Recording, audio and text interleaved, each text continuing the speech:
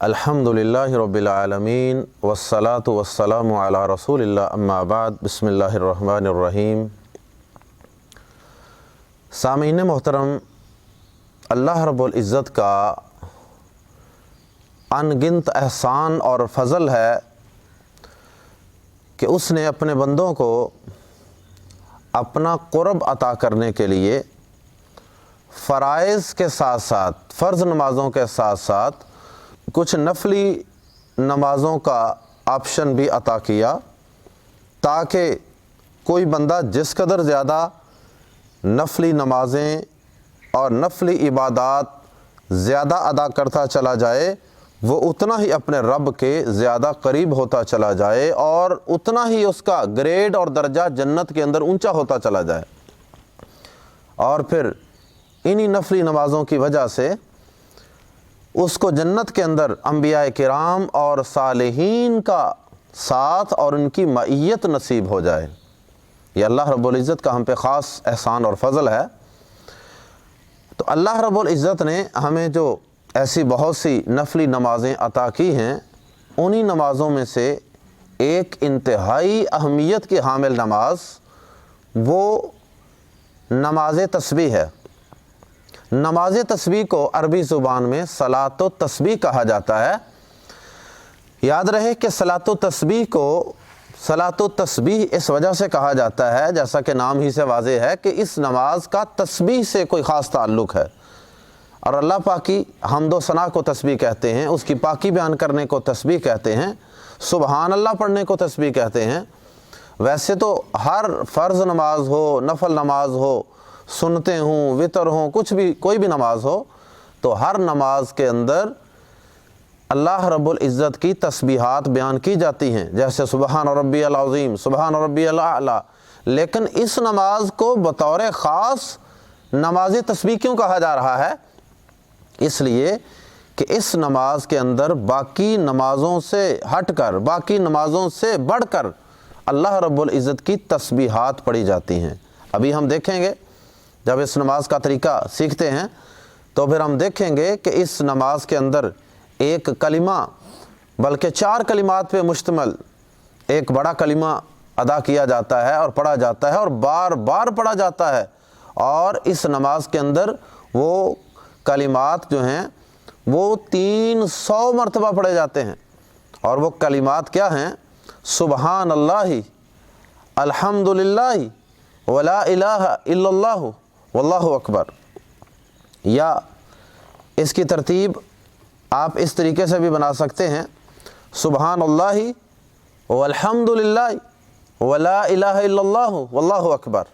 تو یہ کلمات جو ہیں یہ اس نماز کے اندر 300 مرتبہ پڑھے جاتے ہیں۔ تو آئیے دیکھتے ہیں کہ اس نماز کی فضیلت کیا ہے اور اس کو ادا کرنے کا طریقہ کیا ہے۔ اس نماز کی فضیلت کے متعلق سنن ابی داود کے اندر اور اسی طرح سنن ابن ماجہ کے اندر اور دیگر کتب کے اندر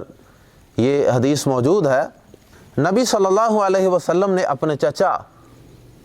عباس رضی اللہ تعالی عنہ سے کہا کہ اے میرے چچا، اے عباس، اے میرے چچا جان، کیا میں آپ کو ایک ہدیہ نہ دوں؟ کیا میں آپ کو ایک تحفہ نہ دوں؟ کیا میں آپ کو ایک عطیہ نہ کروں؟ اور پھر اس کے بعد نبی صلی اللہ علیہ وسلم نے اس ہدیہ، اس گفٹ اور اس تحفے کا خود ہی تذکرہ اور اس کی وضاحت فرما دی، اور فرمایا کہ اے چچا جان، کیا میں آپ کو 10 چیزیں نہ سکھلا دوں؟ آپ کو ایسی 10 باتیں نہ سکھلا دوں؟ ایسے 10 فائدوں والی ایک نماز نہ سکھا دوں کہ جب آپ اس نماز کو پڑھیں، اذا انت فعلت ذلك غفر اللہ لك ذنبك، کہ جب آپ ان 10 فوائد والی نماز کو ادا کریں، وہ 10 فوائد پر مشتمل کام کریں، تو اللہ پاک اس کی وجہ سے آپ کے گناہوں کو معاف فرما دے۔ اور پھر نبی صلی اللہ علیہ وسلم نے خود ہی ان 10 چیزوں کی وضاحت فرمائی۔ آپ نے فرمایا کہ